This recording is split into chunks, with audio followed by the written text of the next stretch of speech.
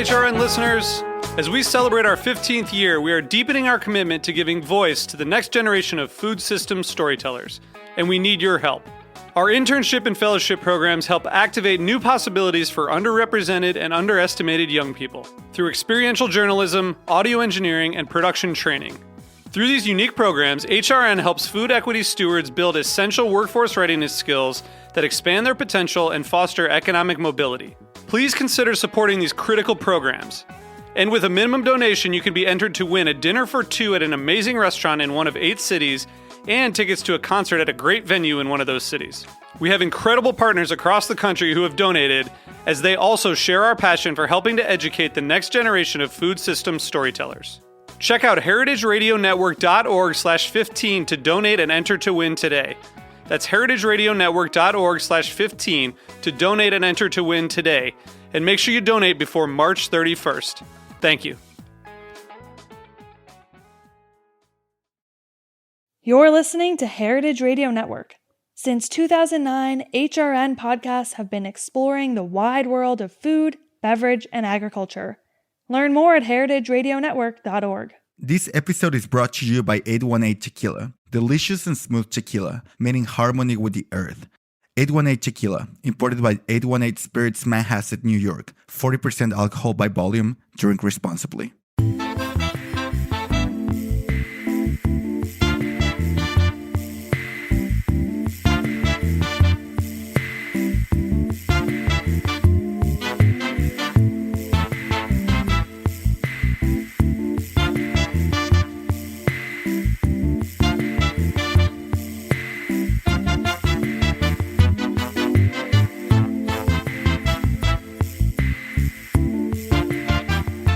Welcome to the Grape Nation, your weekly wine journey. Our guest is Mikey Giugni. We'll talk to Mikey about Scar of the Sea and a lot more. We'll taste a Chard and a co-ferment Mikey made for our weekly wine sip. I'm your host, Sam Ben-Ruby. Stay with us for the Grape Nation on the Heritage Radio Network. We bring wine to the people. The pride of Rancho Cucamonga, Mikey Giugni attended Cal Poly and stumbled on wine after just trying to get a buzz. Intrigued by the juice, Mikey started working in tasting rooms, farming, wineries, and traveled abroad before he came back to the U.S. to settle into wine and cider. Mikey started Scar of the Sea around 2012. He partners with growers all around California who care about farming for the future. He makes low-intervention wines along with his wife and life partner, Gina, who also makes her own wine under the label Lady of the Sunshine.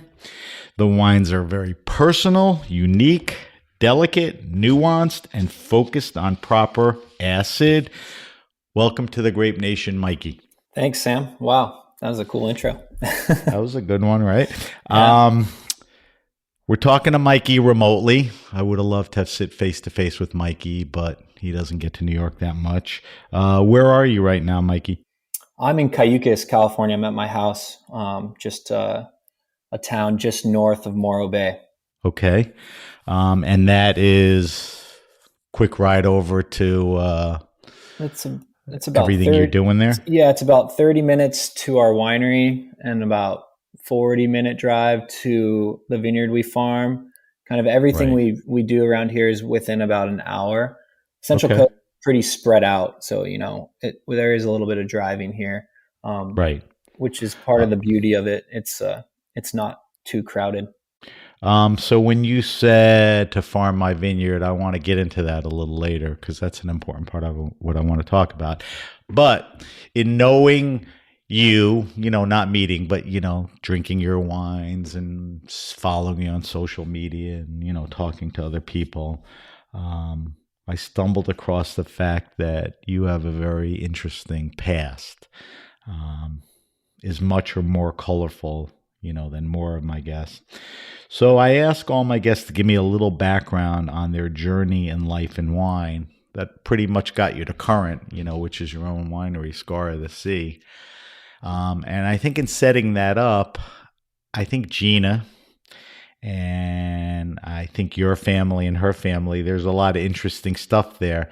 So don't kill the whole show with a history lesson, but, give me some of the fun things, in your background. Yeah. I grew up in Ranch Cucamonga, which is, it's like a strip mall town in Los Angeles, or southeast of Los Angeles. I was never all that excited about where I grew up. It was kind of far from the ocean, and it's pretty hot, and it was a little overdeveloped, in my opinion, kind of straddled by freeways and strip malls. Sounds like crap. Yeah, but it's funny because I've come full circle, and now it's one of my most special places that we make wine from. Cucamonga actually has a really long and beautiful wine history. It was one of the first planted regions in California. And at one time, it was one of the largest wine growing regions in California. And to this day, it still has a handful of very old dry farmed vineyards dating back to the early 1900s that we're really lucky to work with. But that's a full circle. That's crazy. Go ahead, keep going. Yeah, no. So I grew up there, and just through going the process of going to college, I decided to go to San Luis Obispo and come to Cal Poly. I studied engineering at Cal Poly. It was pretty quick. I realized I didn't want to be an engineer. It was a lot of labs and classes that weren't very inspiring to me, and I joined a group at Cal Poly called Vines to Wines. And it was probably the most pivotal piece in getting me into the wine industry. And I think, I joined because there's a lot cuter girls, and it was a lot more fun. You could drink wine and beer and barbecue. And it was just this whole like, wow, this is way more fun than engineering. And, I got a job after college with the Air Force as a civil servant doing engineering work. And I just had a 22-year-old. Isn't there like a big base around there or something? Yeah, Vandenberg Air Force Base. Right, that's super famous. It's a stunning place. It's on the coast of Lompoc, so it's just west of a lot of those wines that are made down in the Santa Rita Hills. But so I worked there and quickly realized that I was stuck in a cubicle, and I had like an early 20s life crisis, and decided to quit that job. And I knew that I liked wine. As you kind of mentioned in your bio or your intro, I found wine just by going wine tasting and playing bocce ball and hanging out and drinking wine. And then it kind of became a little bit of a rabbit hole. And so I got a job in a tasting room, and from there I went on it's called Mustang Jobs. It's a job website. And I found a vineyard to farm up in Santa Margarita, which is just north of San Luis Obispo. And I totally bullshitted my way into that job. And then the gentleman who was the guy just growing grapes to sell, or he was making wine? I was really lucky because he just bought the property, and he was from Arizona, and he was not going to be able to live there yet. And so he needed to find someone to farm this 5-acre vineyard while he was living in Arizona. And he was on a budget and didn't want to hire, a big company. So he posted it for the college kids. And I saw that and, kind of took a cliff notes from one of my buddies on how to farm a vineyard, and went up there and just kind of was able to talk my way into that job. And I farmed that vineyard for 4 years and lived in a barn on the site. And we kind of did a trade agreement where I would live for free and I'd farm his vineyard. And it's kind of where I learned how to farm. And also because I didn't pay rent, I was able to save money to start Scar the Sea. And yeah, that's kind of my What intro. year was that? How long was that? And what years was that? I started that in 2010. Okay. And I did that for, like I said, 4 vintages. So I think I lived there until 2013 or 14. Wow. That was kind of my, when I started Scar the Sea, it was just on such a budget and I was so young. I basically was like a vagabond. I just would live in barns and sheds and not pay rent. And that was my way of keeping all the money I could and being able to Right. live pretty much on very, very low income and start this business. Cause it, it wasn't started with an inheritance or anything like that. It was, Right. went to Tasmania and made $20,000 and came back. And Did you, when you said Tasmania, did you do that traveling within that window or after that you were the farming? I did that while I was farming. So Okay. I went to Tasmania in the off season. Obviously Off-season. I needed to be in California during harvest. So my northern hemisphere harvest, I always wanted to be in California. So that kind of takes some of the most fun places away to go to France or Right. Spain, these different spots. But I knew that if I wanted to really learn wines of this region, I needed to be making wine here and learning how to farm. And then I could go to the southern hemisphere to try to pick up extra experience. And that's how I ended in Tasmania. I was really interested in sparkling wine. And from my research, Did you go to Tasmania because of sparkling wine, or when you got there, you realized how important and it influenced you as far as? oh no, loving? I went there because of sparkling wine. And then I got lucky, and I knew that they made good sparkling wine, but some of their best sparkling wines are not possible to find in the United States. Um, and when I got there, I realized they actually make very, very great sparkling wines. Wait, Mikey, is that because they don't make that much? And even if they make a bunch, they're drinking all of it there. So Yeah. much of it doesn't get here. Yeah, I think that's exactly right. I think the best producers just don't make enough, and it gets drinking in Australia or in closer countries that export. But yeah, I've only had the best wines when they've been brought back to me. I've never really found any of my favorite Tassie wines retail. Here. There's like the Jants and like the random kind of bigger ones, but those aren't what I'm talking about. Right. That's a little sad. Did you, when you were in Tasmania, so obviously a big influence on where your head's at with sparkling wines, did you go there also trying to figure cider out, or you stumbled on? That I definitely stumbled on. Okay. I was there trying to learn about sparkling wine, and also I just wanted to work in a place that was on the ocean and in a beautiful spot, because who doesn't want to travel to a nice place? And so I went to Tassie, and then one of our neighbors where I was working, he was making cider, and it was the first time I drank cider that was produced by a winemaker, and kind of had this just aha moment of, oh wow, like it's very logical now, but cider is just apple wine.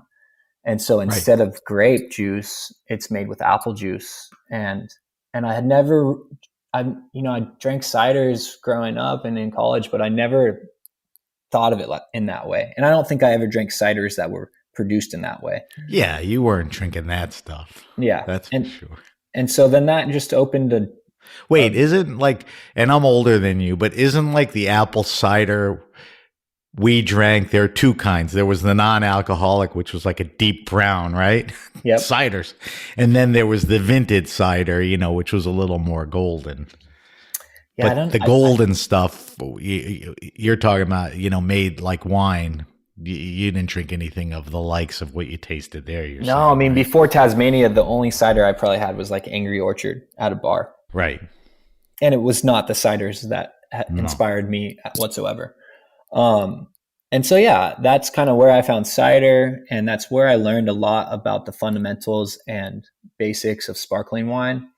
And that's also where, when I was there in 2011, the Australian dollar was it was up on the American dollar. And then they paid so much more in Australia, and I was able to live for free, and I got a car for free, and they paid me, way, way more. And so I came back, and at the time I was probably 23, and I had $25,000 in my bank account. And I thought that was just a huge amount of money. And, and that's when I kind of just was lucky in the fact that I was young and naive and confident. And I decided that, well, I'm going to make my own wines.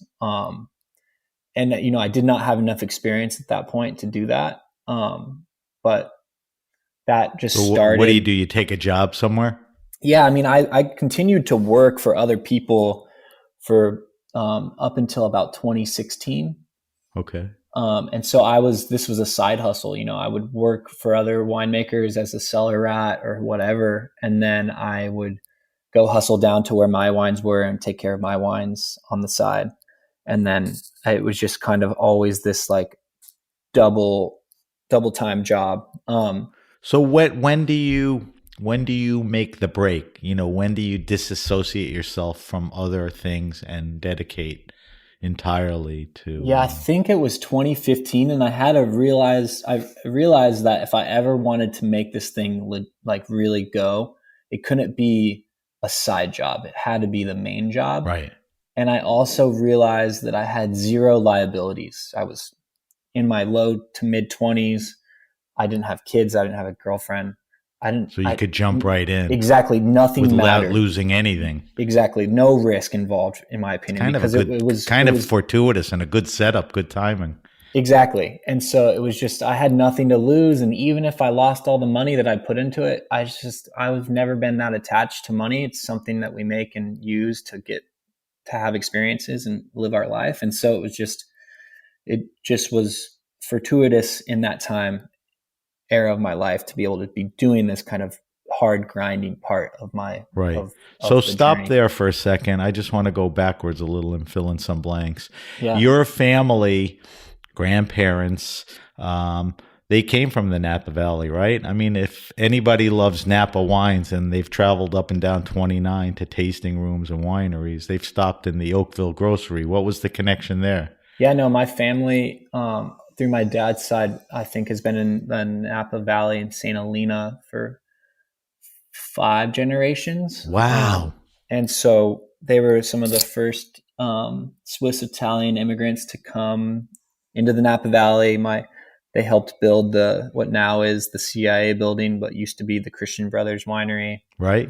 And a lot of the old stone bridges all through the valley. And then my great-grandfather and his brothers were all kind of different grocers in the valley. So my great-grandfather was in charge in the grocer at the Oakville Grocery.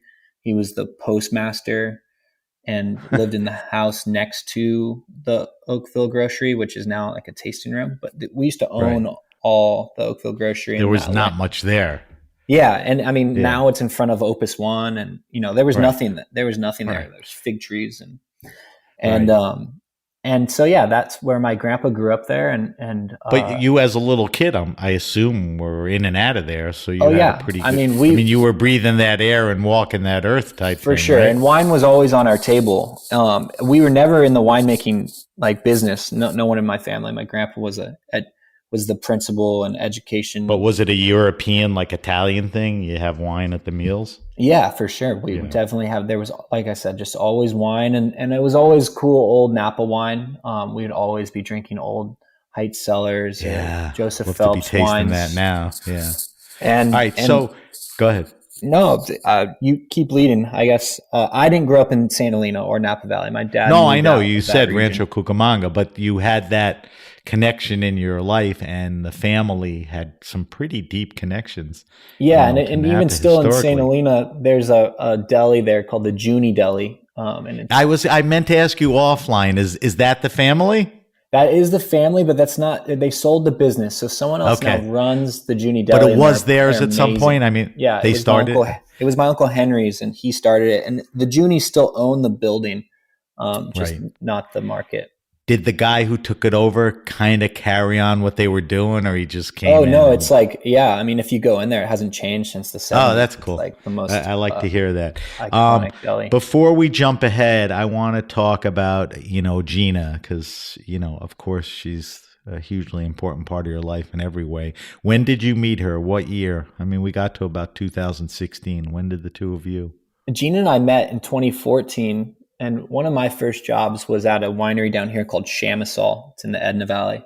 Right. And I remained really good friends with the manager of the tasting room, Andrea. And she hired Gina in 2014 to work in the tasting room. And I think right when she hired her, she called me and said, "Hey, Mikey, I just hired the cutest girl. You should come to the That's a tasting room." good And friend, man. yeah, it's a very, very good friend, Yeah. and still one of my best friends. And Nice. Andrea, kind of set us up, and then we dated that summer, and I think, like you said in the timeline, that was when I was just really full on Scar the Sea. And so our timing was a little off. I was 26 and Gina was 22. She had just graduated college and she was wanting to go travel the world and make wine. So she went from, we dated So you that, met, separated, we and obviously dated that came back. summer. Yeah, we dated that summer and then we split up and Gina spent the next 3 years traveling the world making wines in some amazing And never places. hooked up with someone else, either one of you, right? She was with, she had a boyfriend that whole time. And Mikey, I was how'd like, you let that happen? Man, it was really hard to watch. That's funny. And we'll talk more about Gina towards the end because, you know, Cool. she's doing her own wine thing too and integral in what you do. But her family is very interesting. You know, what's going on in the world now with farming and farming being really, you know, what makes good wine and the practices. Just talk about, you know, what she grew up around. yeah, I mean, farming, making good wine isn't a new thing. That's been the practice. That's been the way since the beginning of time. But people are realizing that again, I guess. That's what I meant. Yeah. Gina's family has an amazing story, and her mom and dad were living in Huntington Beach in a wine tasting group and found biodynamic wines and natural wines early on, and were really inspired by Kermit Lynch and a lot of that stuff. And they had decided to quit their jobs, and they traveled the West Coast and found Placerville, which is kind of just east of Sacramento on your way to Tahoe. It's like 2,600 feet elevation. It's on the snow line. It's very continental in climate. Really, really inspiring. Is that anything to do with the Sierras, the Sierra foothills? It's in the Sierras. And so it's on really granitic, red, Josephine soils. And there's lots of rain. You know, they get 50 inches of rain a year. And it snows in the winter. It's way more European in climate for me. And Frank planted mostly Rhones and a few other things up there, and has been farming biodynamic since 2005. He's been certified since 2008. And so he was a little ahead of his time and is an amazing farmer. And it's a cool story, right? Yeah. Even for you to kind of stumble on. Oh, and then that's where Gina grew up. And, you know, so Gina is a second generation biodynamic farmer, winemaker, kind of pursuing her own ways down here, but still very, very inspired and coached by her father. Do you know John Raytek from, I think it's Cerritos? Cerritos. I don't know John. I've had many similar of John's story. wines. His wife's family, you know, farmed, and, you know, they farmed with very deep practices and all of that. It was just interesting. It's nice to come across people who are doing this, not because you should do it. They did it because that's how you should do it, and they continue to do it. So exactly. I mean, that's a very cool thing. Frank they don't sell their wines wholesale. You know, it's all mom and pop winery, and they were doing this before anyone in their region. They were kind of laughed at, and now everyone is like kind of seeing the light. So it's just way ahead of the time. They're and kind of OGs, like you said, too. Yeah, right? They didn't do it because it was helping them sell wine or it was cool. Right. It was because that was how you should farm. Right. I want to move along. I think that's a pretty good dose of interesting history and a good setup. I'm just curious why ultimately you settled in the Central Coast around Santa Maria. Was that because that's where the jobs were? Is that because you didn't know anywhere else? I mean, was it climatic? I mean, why there? Why not further north, like where Rajpar is, or, you know, wherever else? Yeah, you know, it was mostly out of circumstance. I went to Cal Poly, San Luis Obispo, and this is where I found wine. And I don't know if you've been here, but this place is very, very magical. And I just wanted to figure out how I could make a living here. And so even part of me finding wine and getting into wine was because I wanted to live here. And in order to live here, I needed to make a life here. And so that, and then I think one of your parts of your question was like, why focus in Santa Maria versus say up in Cambria where Raj is at? Right. Um, well, I think some of my first jobs were down in Santa Maria. I worked for a gentleman named Kenneth Volk. And so I was just introduced to that area, and that's where it kind of all started. I'd say if you kind of watch the evolution of my brand, you'll notice a slight move north from Santa Maria focused to kind of San Luis Obispo County focused. Say the majority of my grapes now come from. Well, so that's a good segue into, my next line of questions, which is really, now Mikey at Scar of the Sea and making, wines and all that. So just, people are listening and they may have seen your wines, but explain to me how you have structured and operate the winery. I mean, are we talking a physical winery building with your own equipment? Do you have to go outside? I know you just talked about farming your own vineyard. I know the majority of what you're doing, you contract. So just tell me quickly how, the winery is set up. Yeah, our winery is in San Luis Obispo. It's a standalone winery. So Gene and I make our wines in our own winery with our own equipment. It's an old auto body shop. So it used to be called Diesel Row, and it was a diesel shop. And it's a 4,000 square foot warehouse with a 10,000 square foot fenced in yard. And it's basically just a refrigerated warehouse building, or like insulated and air conditioned and humidified. And then we don't have any drains inside. Our drains are outside. And so it's very lo-fi and very rustic. But that's the wines that we make are as well. All of our equipment is used and purchased by intent over the last 10 years. So I have a 2-ton basket press that presses all our red wines. I have a 50 hectoliter Euro press that presses all our white wines. And is a Euro press like a bladder press? Yeah, a bladder press. So I mean that's a very important part of our winemaking is red wines in a basket press, and that's mostly because of how it presses. It's much less turbid when it presses out of a basket press, which means there's less solids, which allows us to make red wines with no racking, which is important in keeping the dissolved CO2 really high in the red wines, which allows us to use less sulfur.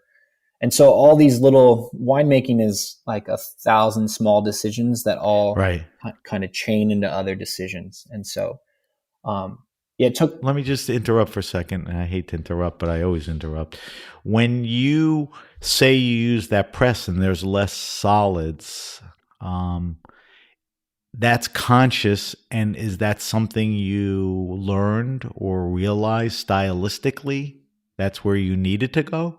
Yeah. It's something I learned and noticed, and then and now use in our process. I don't think initially I was like, oh wow, there's less solids, and so that will help me rack the wine less. I think when I understood that dissolved CO2 is a natural preservative in wine, and it's what makes a red wine have a little slight effervescence if it's bottled young.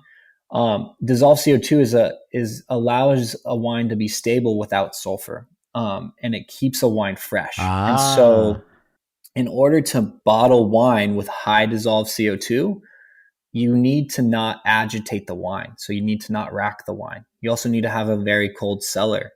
And so you'll notice that the best natural winemakers, or wines that are the freshest with the most minimal intervention, have relatively high dissolved CO2s and are typically not racked.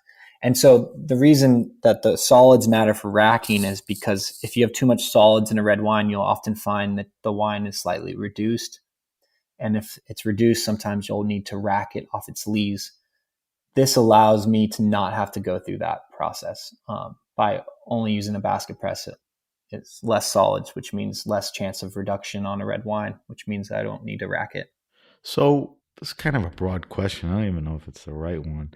I mean, how do you describe your style of winemaking? I mean, that's a description how you're making wine. I mean, that's how you choose to make red wines, Yeah, I mean, right? our I mean, does that go across the board, whether it's a Zin or a Pinot? I mean, you're doing, that yeah, practice.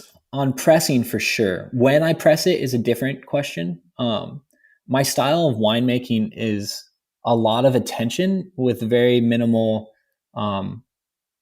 like doing things to the wine. We add So nothing to the really wine. hands off, Very hands off, but also very hands on in a way. Like we're not because hands there's off. so many steps that Yeah, it's not you're a hands do. off, but you have to do things It's anyway. it's not a do nothing approach. I think that is a mistake in some natural wine. We don't do nothing; we add nothing, Right. and so we don't add yeast, we don't add acid, we don't add water, we don't add bacteria, we don't add any of that stuff. We do add a small amount of sulfur before Right. we bottle, but that doesn't mean we don't do anything. We are touching and smelling the ferments every day. We're moving them inside or outside or to different temperature zones. Temperature is kind of our biggest Tons tool. of tweaks. Yeah. And so But that allows what about bigger things like, whole cluster or what kind of oak you use? I mean, reacting to a certain vintage. I mean, are there things in place or everything kind of varies? Like the touch thing you said, you do what you have to when you have to. I mean, everything kind of varies, but there's some things that are, we don't use new oak. We use older oak. We prefer Right. wines that we like oak. Everything is aged in oak, but I don't love the aromatics that new oak gives. Right. As far as like whole cluster goes, that's very much depends on the wine, depends on the vintage, depends on the site. And then, the main, like, the biggest factor to us is natural acidity. And so when we pick the grapes and what the ripeness is, all really depends on the vintage. And in 2020, there was a heat wave. And so we had to be really reactive to the heat wave. We're watching weather. Well, vintage and picking time, right? Yeah, that's the most important part of our wines is when they're picked, without question. Is there a philosophy there? Like, are you always an early picker or are you late picker, or does it depend on the thing? And isn't it fair to say Central Coast is generally a little cooler than a lot of places, or am Yeah, I wrong on Central Coast is definitely which cooler. is what you like, probably. Yeah, well, because I like acidity, but at the same time, I want there to be ripeness. So in a perfect world, you can get to a good ripeness level with a good amount of acidity. But really, the acidity is our limiting factor. So I don't really care if the wine has an alcohol of 11% or 14%. What I care about is if there's enough acid in the wine to hold its weight and to hold the amount of alcohol that it has and to keep the wine fresh and stable microbially without being filtered or messed with. So, can you educate me on acidity? And I swear I don't know much about this. How do you control the acidity? Acidity is important to you. You want it to be at a certain level. How do you control it? Is it picking times? I mean, what you may have just answered the question and I didn't absorb it, but to assure the acidity that you want, what are the things that you have to do? Well, I mean, so you probably understand that Brix is the measurement of sugar. Right. And as the season goes on, the Brix get higher, correct? Uh-huh. Okay, well, acidity is the opposite of that. And so acidity starts really high, and then as the season goes on, it gets metabolized by the vine, and so it gets lower. And so you want to find that perfect intersection of when the acid is in a balance with the Brix. As the Brix is rising and the acid is falling, you want to pick it right when there's enough acidity to kind of hold that wine in that balanced site. Is there a device that, that thing that measures Brix or something? Is there something for acidity? Yeah, it's called titration, but it's Okay. we'll take a sample. So like when we make our most important decision, which is when to pick, we go to the vineyard and you have visual indicators. So is the vine going through senescence? Is it leaves changing color?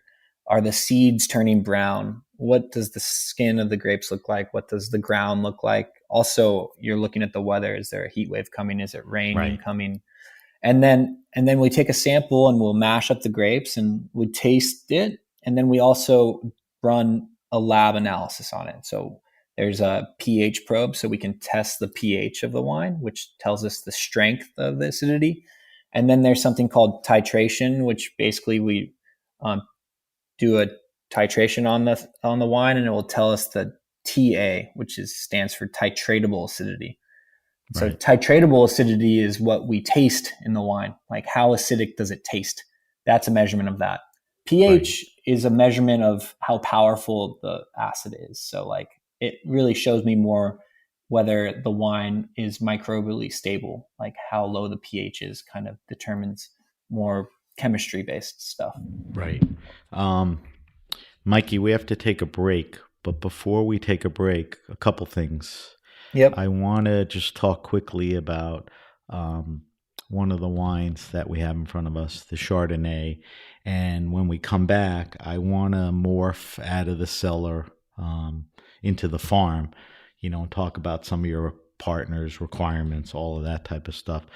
But before we break, in front of me, I have a 2020 Scar of the Sea Chardonnay Vino de los Ranchos, which is from the Santa Maria Valley.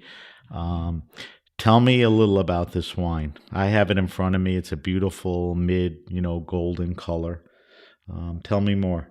Yeah, no, this wine comes from a vineyard just right in Santa Maria Valley that was planted in 1973. It's called Rancho Viñedo. It's owned and farmed by someone who's lived in the valley for 9 generations, his family. Wow. So it's James Ontiveros owns this vineyard. And it's right across from the Biennacido vineyard. Which is super famous. Yeah, and this, like the Biennacido vineyard, was planted in 73 on its own roots. It's an old Chardonnay site. It's a beautiful site. And, that's kind of where the wine is from. As far as the wine goes, I'm very inspired by the wines kind of the Jura, and also of Chablis and Burgundy. And I would say that the wine is picked for acidity. So it goes through full ML. It's aged in old oak barrels for 18 months. So two years or 2 winters, which is very important. And then that allows this wine, I kind of have like a yin yang approach on this wine. So it's very driven with acidity, but it's not sulfured and aged on oak for the majority of its life. And so it fills out and becomes broader and creamier in the palate, but then it's still, like I said, the acidity is the driving force. So they kind of play off each other. I think that it's very traditional in the sense of, when you talk about, Burgundy, or I think you said the Jura, it's certainly not a California Chardonnay with that unctuous body and, all those other descriptors. Do you agree with that assessment? Yeah, I do. I think that the mouthfeel is, beautiful. It's a mid mouthfeel plus or whatever. It's not thin and it's not thick. The color is golden. What typically this wine, what kind of descriptors do you get on the nose and palate? Oh, this wine for me is very much like yellow citrus, like lemon. It has like a kind of a beeswax. I think that the wine, like on the palate, has a really salty, savory kind of almond feeling on it, and then it also has this kind of broadness, like a olive oil cake or something that is kind of more that fullness and richness without being too crazy. What's the perfect pairing for a wine like this? Oh, this wine. I mean, truthfully, I know it's kind of cliche, but like we eat a lot of oysters around here, and this for me is just like a very much like oyster wine. It's built for that, but I think it could go beyond that too. So that's the 2020 Scar of the Sea Chardonnay Vino de los Ranchos, Santa Maria Valley. We do a lot of just snacks and stuff too. So just like snacking on almonds and listen, I'm happy with cheeses. Oysters, so you could stop there. Cool. Mikey, we have to take a quick break. We're talking to Mikey Giugni. Mikey is the proprietor of Scar of the Sea Winery in the Central Coast of California. When we come back, we'll talk about what Mikey's doing out in the vineyards and the farm. And we'll get into a bunch of other things like cider and what Gina's doing. So you're listening to the Grape Nation on the Heritage Radio Network. We'll be right back. I'm Chava Periban, co-host of Agave Road Trip on HRN, here to talk about 818 Tequila. 818 creates their tequila using traditional methods at a family-owned and operated distillery in Jalisco, Mexico. From the blue agave they grow to their recycled glass bottle, 818 emphasizes the earth's importance in all they do. Their distillery runs on biomass and solar power, which means they don't rely as much on fossil fuels and are able to reduce their carbon footprint. Their labels, corks, and boxes are all certified by the Forest Stewardship Council as coming from sustainably managed forests. 818 is a proud member of 1% for the Planet, through which they support HRN as well as Sacred, my organization in Jalisco, where together we transform agave byproducts and water waste into adobe bricks that are donated to local infrastructure projects, like a local library in Zapotitlan de Vadillo. Visit drink818.com to learn more about their sustainability efforts and find 818 near you. 818 has been part of so many magical nights for me, and I hope you enjoy it as much as I do. 818 Tequila, imported by 818 Spirits, Manhasset, New York. 40% alcohol by volume. Drink responsibly.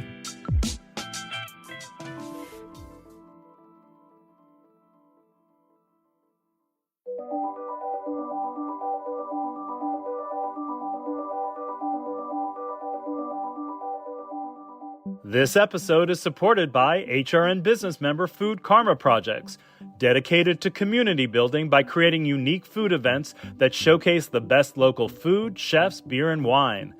Get fired up for the return of Rib King NYC for a full day of fun, featuring the Sauce King NYC Makers Showcase, Hard Cider Alley, pickles, grilled goodies including vegetables from the Snug Harbor Heritage Farm, plus many other food products, spirits, and drinks.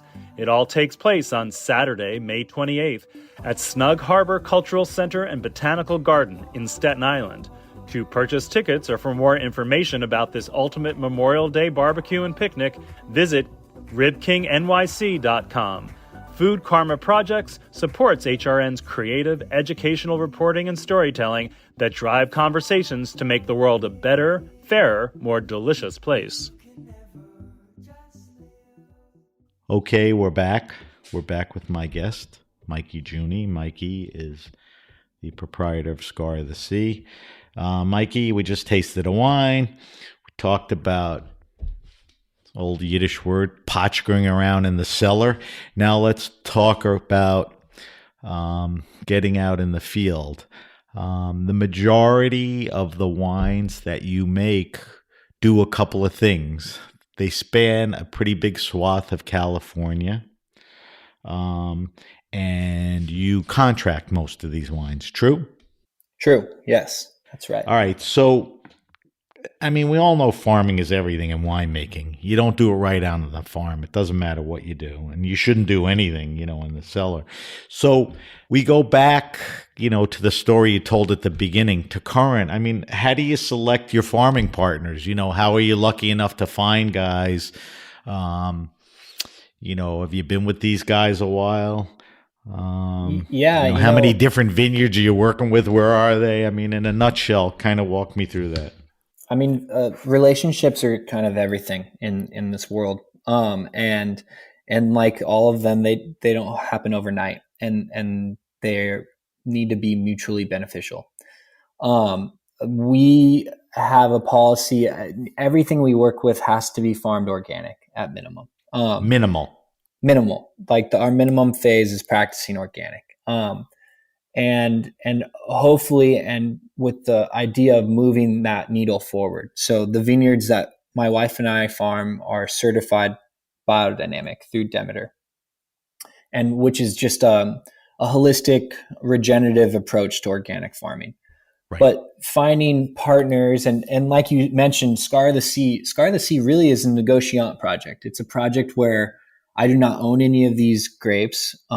and I purchase grapes from trusted farming partners. And so, like you mentioned, just finding those, you have to find people that you trust and that you can work with. And that's just something that we've worked on over the last. Is there a lot of 10 input? years. Like, do you find a guy that's basically philosophically doing what you want and need? Or, he's organic and he really hasn't screwed up the property, but you need to input him a little to do certain things? I mean, Yeah, it's a combination of that. The old vine stuff in Cucamonga, that's been certified organic since the 90s. And there's really not much farming going on down there. It's really dry and it's not irrigated. And they don't, maybe they spray for powdery mildew one time a season or maybe nothing. And so all they really do is prune and pick. So there's really no inputs there. And they're much better at pruning those old vines than I could ever try to give advice on. So that partner is important as long as they are willing to honor when I want to pick the grapes. And so I will definitely make sure that I pay the right amount to make the grower really respect my wishes on when I see the grapes being ripe, because that always hasn't lined up with maybe how things have been done over the last 10 years. Like, I want to pick Zinfandel when it's 22.5 bricks, 23 bricks, not when it's 28 bricks. But why would you get pushback if the guy has determined he's going to contract the vineyard to you and you're paying him? Well, because not everyone, I don't get pushback because I have good relationships, but you could have pushback because someone might not trust you, and someone might they might think that wine won't be good. And then if the vineyard name is on a wine that's not good for them. And so there could be pushback on that kind of stuff. And then, the noise I just made is I'm opening your Zinfandel, but please continue. Oh, cool. I mean, your the co-ferment. Yeah. Yeah. And then, I work with a vineyard in Santa Maria where I will specifically ask how things are being farmed and make requests on how they can be done better, or different types of watering techniques and different stuff like that. Right. And then I'll work with a vineyard in Avila Beach called the Bassi Vineyard, where one of my best friends is the farmer, and another one of my best friends owns the vineyard. And it's just a more collaborative process where, we can have ideas together. We bring our hummus there to help them make compost. That's the best situation, right? Yeah. And so I would not say that we have an input in their farming, but we have shared influence in the farming, if you will, because we are the biggest client and we are friends and we have shared interest on farming the best we can. Are you continuing to look for more vineyards? I mean, do you have the desire and ability to take on, another big plot, maybe with a new varietal or another one? Are you tapped out? I mean, are you starting to think about owning? I mean, where? Yeah, at this phase aren't you celebrating your 10th year technically? Yeah. Yes. So where are you at with, that part? I mean, we're constantly searching to purchase our own land and farm our own fruit. And that is like the next milestone. It's a very difficult one with the price of real estate and the price of things around here, which is why we end up farming other people's lands. But that's our goal, and that's what we spend our time dreaming and searching for. I don't have the capacity to grow much more than I currently am. Right. So not seeking to buy more fruit or find more vineyards to necessarily make wine from. We make combined between Gina and I just around 5,000 cases of wine. And we are able to touch every aspect of it. We have one employee and the three of us do everything. And so we like that. I don't want to grow so big that I can't top my own wines and I can't So do it all seems the like things. It would be a hybrid that, down the road you may own some property and you may add that or put it in place of something. But to do what you want to do, you're going to have to continue working with these partners. True? 100%. I think even if I didn't have to, I would want to. I like diversifying my business as far as purchasing some fruit and growing some fruit. I'm able to work with other friends and be inspired and learn. And then I'm also able to be practicing what I preach and make in farming our own grapes. So Right. I think that the combo is the best for us. You brought this up earlier, and I always try to educate myself on this. But when you talk about organic farming, and then you even take it a step further to biodynamic farming, does that address the need for regenerative farming? Is that regenerative farming, or you even have to go over and above, to understand the soil to make it, a living, viable thing, for the indefinite future? I think biodynamic farming is a type of regenerative farming, or it can be if it's done really well. But yeah, organic farming, I would say, is like the base. And then within organic farming, there's all these like more detailed sects, if you will. And so there's biodynamics or there's regenerative. They kind of overlap. Regenerative really focuses on the idea that there's no-till and also there's use of animals. And biodynamics, some biodynamic producers till the soil. So that Right. might not be the most regenerative practice, but I also think that everything is kind of case by case. And so it's hard. Someone says to me they need to till this soil and they're farming biodynamic. Like I trust them. Right. I don't think you have a reason not to. Yeah, you And can't go so, nuts. There's this whole movement that if you add a touch of sulfur, the world is over. You do it for a reason, right. right? I mean, what about, is biodiversity just another synonymous thing? Like guys like Nate Reddy and even Raj to some extent, they have animals roaming around, chicken, they're driving to the ocean to get water, to make these additives. Is that, they're trying to regenerate, but they're also trying to be biodiverse? I mean, is biodiversity even, another thing? Well, biodiversity, I mean, I guess I'm a little confused on your question, but So am I. I mean, what Nate Reddy and Raj are doing is very serious farming, and they're pushing the boundaries of regenerative farming. And so what they're doing when they go to the ocean to get salt water, different types of things like that, they're basically making different types of fermentations to spray on their vineyard to fight mildew or different disease pressure, or potentially give energy to the vines in different ways. And so maybe that's not like standard biodynamic farming, but it's definitely a type of regenerative Right. and very thoughtful farming, which I think is maybe the key, is just be doing very thoughtful farming and creative farming in order to best steward the land. I'd say the goal behind all this farming is to be good land stewards, and to try to pass on land that was better than when we got it, and not be an extractive generation, but be a just a more responsible generation. Yeah, I mean, I agree with that. There are so many good ways to do it. And I know you think certification is a good thing. I do. I mean, it's a good thing to be organically or Demeter or whatever certified. There's just too much greenwashing these days, and I'm unfortunately not as trustful of everyone. And so for us, we believe in certification because it shows we are doing what we say we're doing. Do I think that it needs to be that case for everyone? No, but I do think that big companies and a lot of people use an excuse of expense or different things to why they're not certified. But in reality, it's not that much money, and they're most likely cutting a corner somewhere that they don't want to show, which is why they're not being certified. So I agree to check those bigger guys. But then there's that guy who really does everything even beyond, and either doesn't want to certify or can't afford it. I guess you don't have to worry about him because right. I mean, I would say what he does reflects through how he does. I would say the can't afford it. I don't totally buy into. Tough, right? I understand the maybe doesn't want to.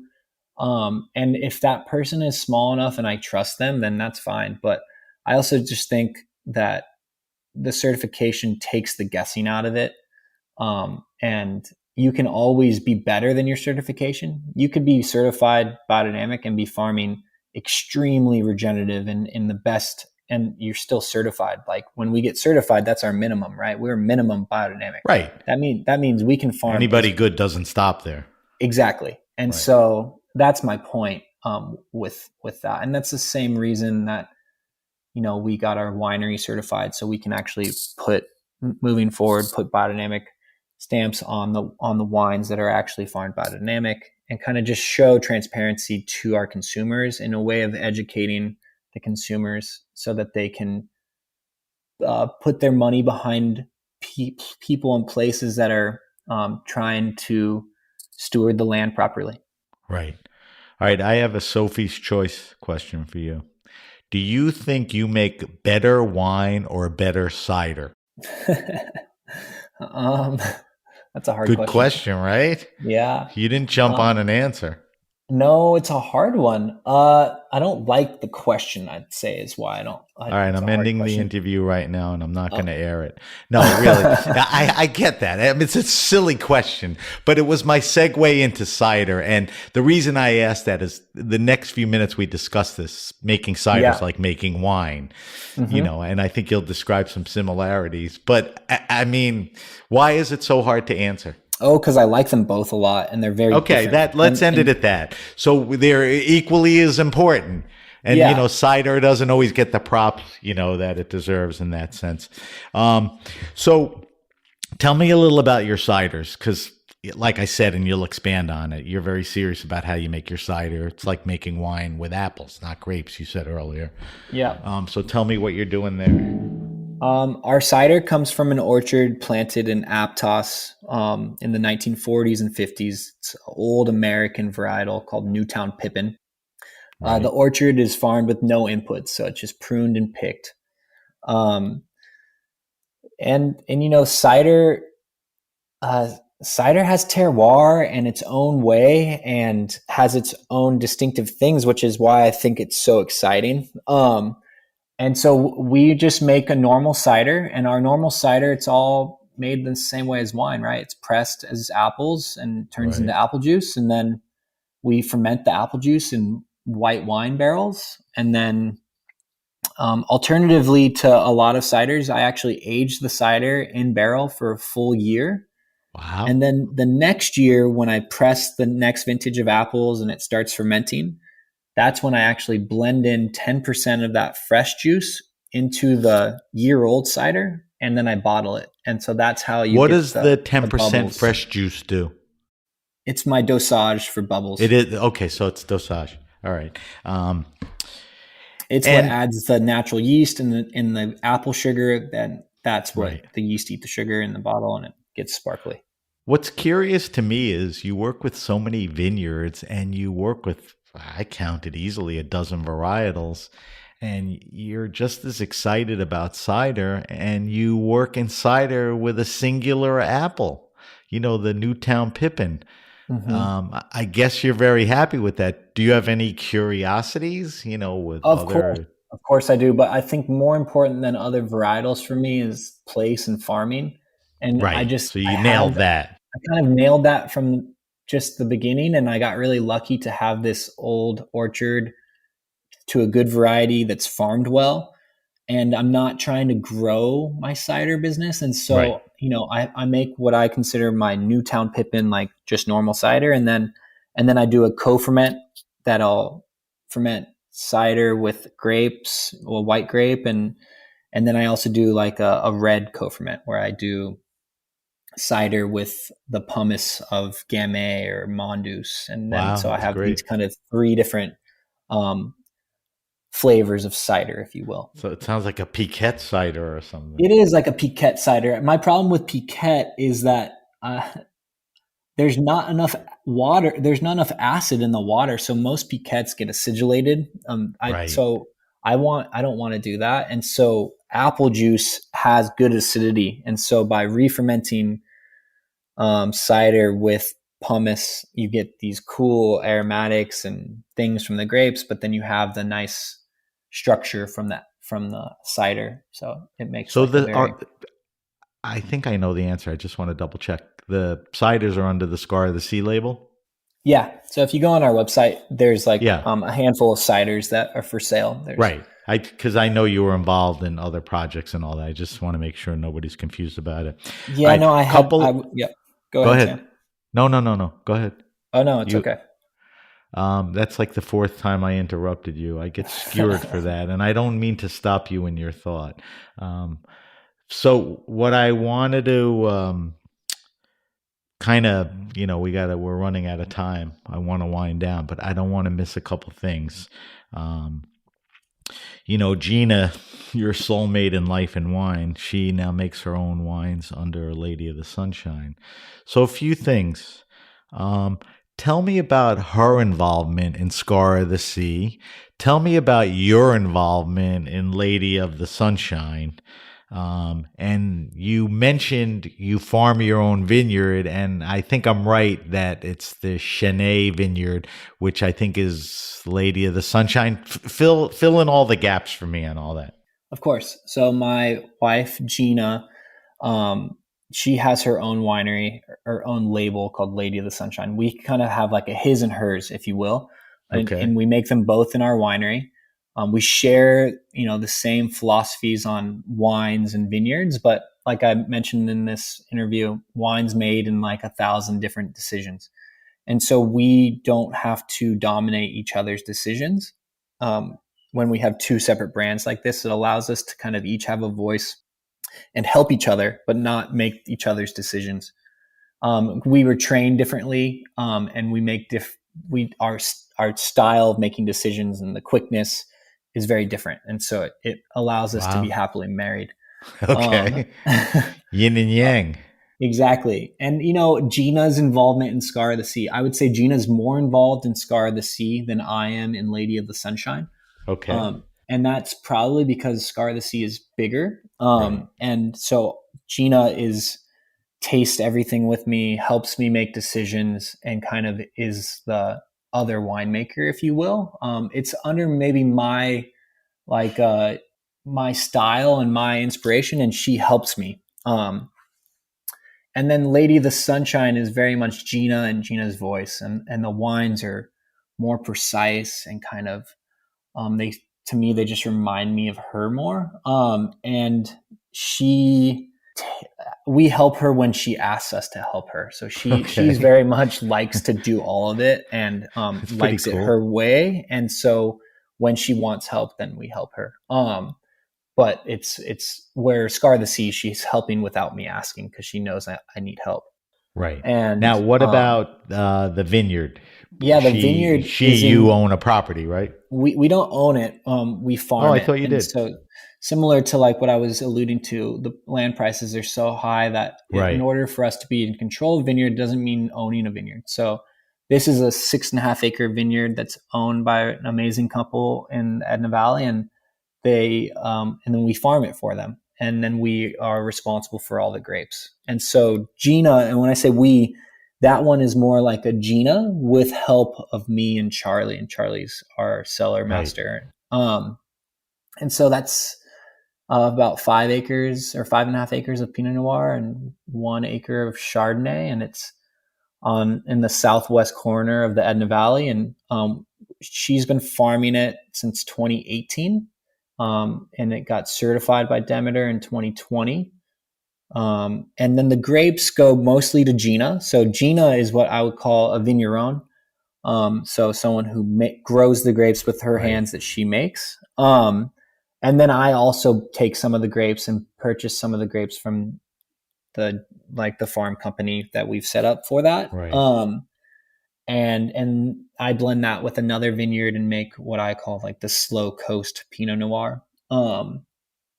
But yeah, so it mostly goes to Gina, and then it also comes a little bit to Scar of the Sea. But then we both have a lot of energy time spent there. Gina's the captain, and then me and Charlie kind of help do everything. Right.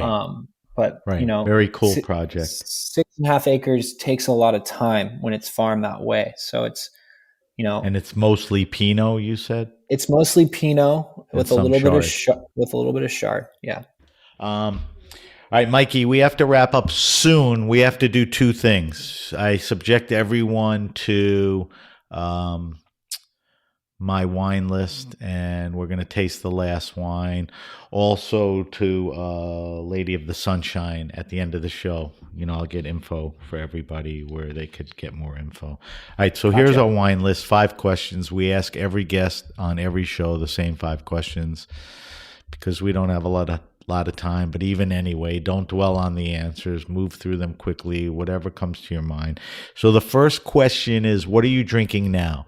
What's in the fridge? What are you curious about? What are you and Gina tasting? Are you doing any experimentation, for making wine, the seasonal changes? What are you drinking now? Oh, drinking now. Last night I drank a Chocolina on the porch. Okay.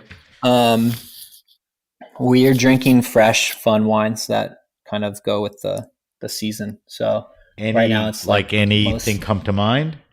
I mean, we've been drinking a lot of Tissot. Okay. And also on the red front, we've been drinking a lot of Sicilian wines. Oh, and white. We actually had a really good Caricante a few nights ago. And then we had a really good Nero d'Avola Syrah blend a few days ago. And so we really like Sicily. Sicily is really important to us and kind of where our future's leaning towards inspirational wise, because it actually is way more similar climatically to where we live than most of the French places that these varietals are coming from. So, and we just love Neros and Frappatos and they make wines. incredible wines. A couple of New York restaurant friends are there right now, and they're just Instagramming like crazy. Second question, silliest question on the list, but always curious.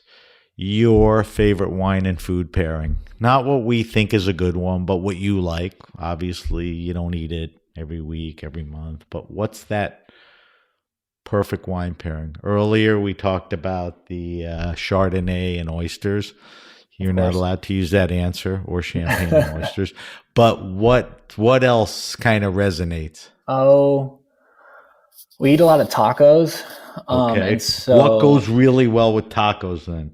I mean, honestly, we're kind of always, I know it's beer? Beer obviously goes really well with tacos. But honestly, we're always just drinking what we call breakfast wines. And it's like Chablis or the Loire. And typically with like simple Mexican food, like tacos or different things like that. All right. I love that. I've stumbled across breakfast wines a bunch of times recently. And let's you and I try to describe it. It's a lower alcohol, drinkable, right? Yeah. Breakfast wine is exactly what it sounds like. It's like when you go fishing in the morning and when you are ready to drink and it's only 8:00 and you want something that's fresh. I hope you're doing your breakfast wine after you surf, not before. A breakfast wine is like something that just has good acidity and kind of lower alcohol and is lightweight. Acidity is important. All right, third question. I know you work hard, but I know you get around. I see you sitting in Raj's house and other places.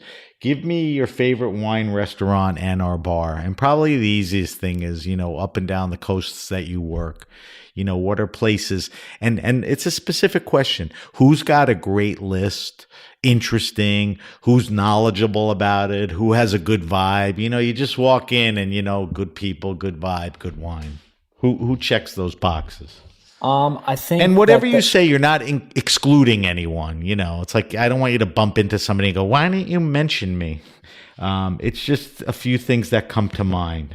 Of course, the easiest one for me is a local one, and so it's a place called Satellite in Santa Barbara. Okay, and they have a really good selection of California natural wines and European wines and good snacks, and I love that place. How far is that from where you live? It's far. I mean, it's an hour and a half. That's what I thought. Yeah. Not close by any means. Anything like by you? Like, aren't there all these tasting rooms and restaurants and like San Luis Obispo and all that stuff? Is there anything in between that? I mean, yeah, there's some really good spots in Paso and in Slow, but nothing that's like speaking to me like. All right. So let's leave it at Satellite because we don't have a ton of time. Fourth question.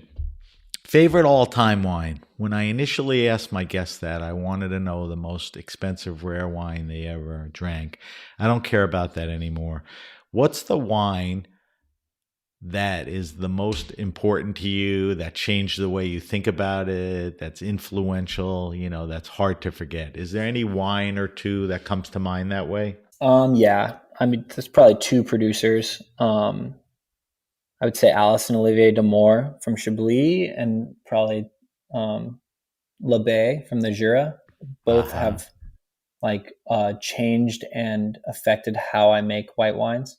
And they're also insanely delicious wines. Unfortunately, kind of hard to find right now. I know, but that's been the story with, anyone I ask that question to usually resorts to, an interesting winemaker like that really is fulfilling in many ways. But it's the same ending.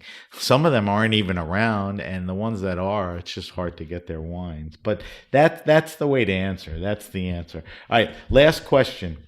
You should be able to do this. I asked my guests, recommend to me the best wine around 15, 20, 22 bucks retail. I want you to recommend a red, recommend a white.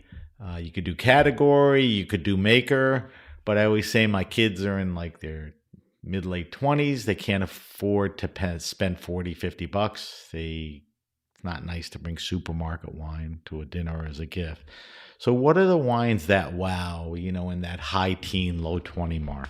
Well, it's kind of hard. I would say I would go Google Eric Eisenhoff's 20 under 20 list. Okay. And then I'm also thinking of, I think they're in their low 20s, but it's an Austrian producer named Meinklang. They are.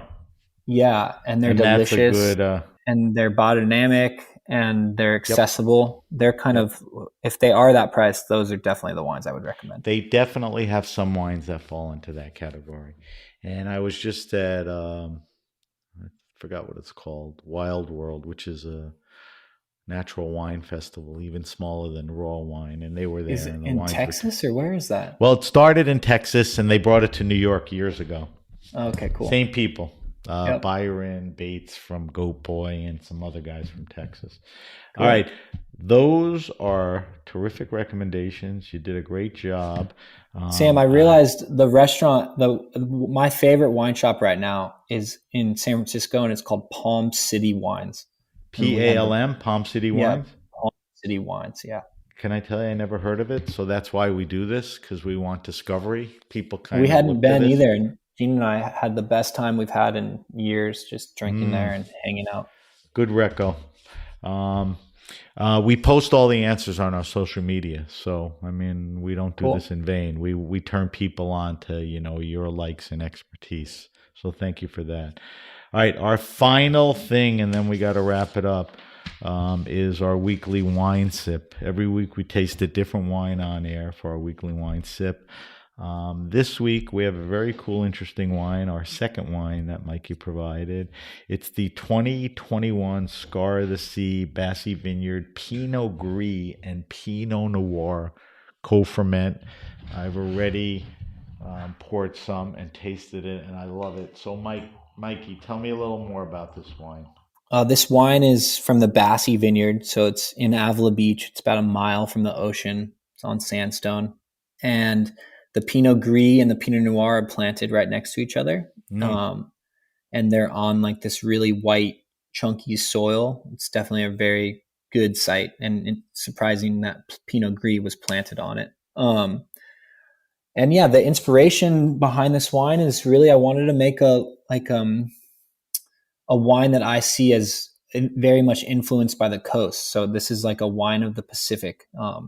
And didn't necessarily want it to taste like Pinot Gris or Pinot Noir, but more of like this place and this vibe. And it's a daytime sipper. It's crunchy, it's salty, it's slightly tannic. It's mostly Pinot Gris. So it's 2/3 Pinot Gris and 1/3 Pinot Noir. So it's all whole cluster Pinot Gris. And then I destem a little bit of the Pinot Noir on top. Right. And then it's made just really simply, there's really nothing done to it. It's bottled early, and that allows it to kind of have that crunch and freshness. But then it's not carbonic, so it does have like that tannin and salt and savoriness. It's not just like a glue wine. It's a Right. more serious wine. You have the nice weather all the time. We're moving into the nice weather. This is a damn good wine to start walking out, to the deck, the terrace, the beach, or whatever. Exactly. Let's just do a little evaluation. So the color is kind of like a dark pink, light red. I don't know if pink's the right word, but it's a translucent, lighter red, right? Yeah, you can see through it. Yeah. And it's not purple. It's not bright red. It's not orange. Tell me what you get on the nose with this wine. What does the Pinot Gris and the Pinot Noir together, what does that sum up to? I mean, for me, it's really floral, like Yes. dried flowers. Yes. And then I would say my next move in there, it's like very much like blood orange or kind of dark citrus. God, you nailed it. I suck at it, but I have this up to my nose, and everything you're saying, I'm not sitting here going, well, where did that come from? It's all of it. All right. Yeah. So that's the nose. Anything else? I mean, there's more there, but those are the primary. Pretty prominent. The mouthfeel is sort of a medium mouthfeel. I think it's this type of wine. It's not a thin wine. It's certainly not, big wine. It's got a nice, refreshing mouthfeel. Does the palate reflect the nose, or are there other things on it too? There's other things on it. I think the palate is really mouth-watering, and then it's also has like some really salty to me. It's like, I was just going to say, I think the salinity makes it a little mouth-watering, but also the acid, right? Yeah, it's the combo, right? And then there's like these short, dry tannins. It tastes almost like Italian in a way. Yeah, I mean, the tannins are present, not overbearing, but they reflect what you're tasting.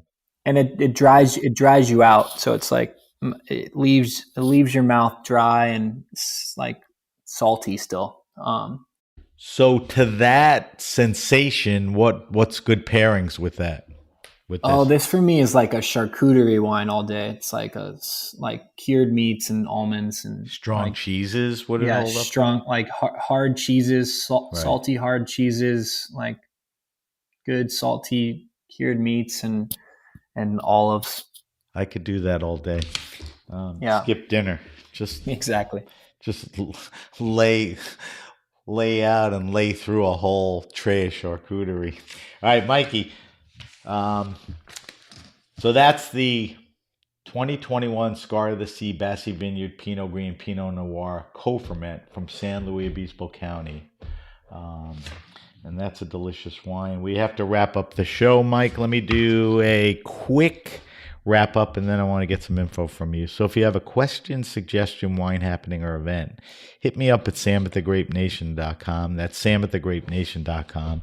Subscribe to the Grape Nation podcast on Apple Podcasts, Stitcher, Spotify, or wherever you get your pods. I always say, if you subscribe, you wake up with Mikey next to you. There's the podcast ready to listen. Follow us on Facebook at The Grape Nation. On Instagram, we're at SBenRuby. On Twitter, we're at BenRuby. But you can use the hashtag on both to get to us. As I mentioned, we'll post Mikey's wine list, those 5 questions and all those recos in there.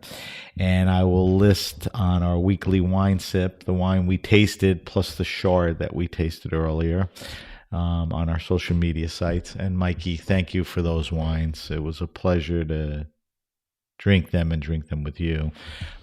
So where do people get more info on the wines? How can we follow the wines? How can we follow you?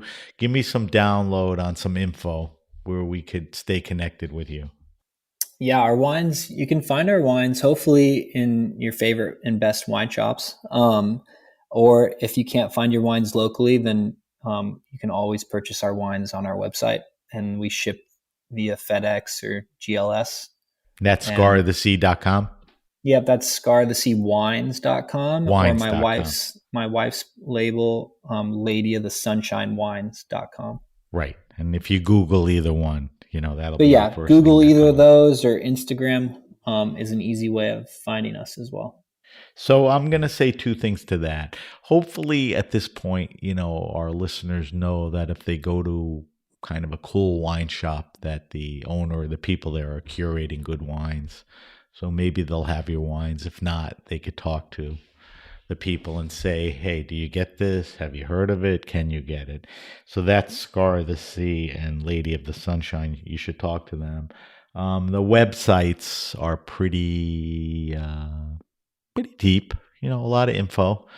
I mean, if you go to Scar of the Sea, it's just tons of wines. You'll see how much different stuff Mikey's making. Not necessarily available, but, you'll see what's going on there. So the website or your winemaker, and look for it on restaurant lists. All right, Mikey, I can't thank you enough for spending all this time talking about, what is truly a passion of yours and some terrific wines. So thank you to our guest, Mikey Giugni. Thank you to our engineer, Kevin, as always, and everyone at the Heritage Radio Network. I'm Sam Ben-Ruby, and you've been listening to The Grape Nation. This show is powered by Simplecast. Thanks for listening to Heritage Radio Network, food radio supported by you.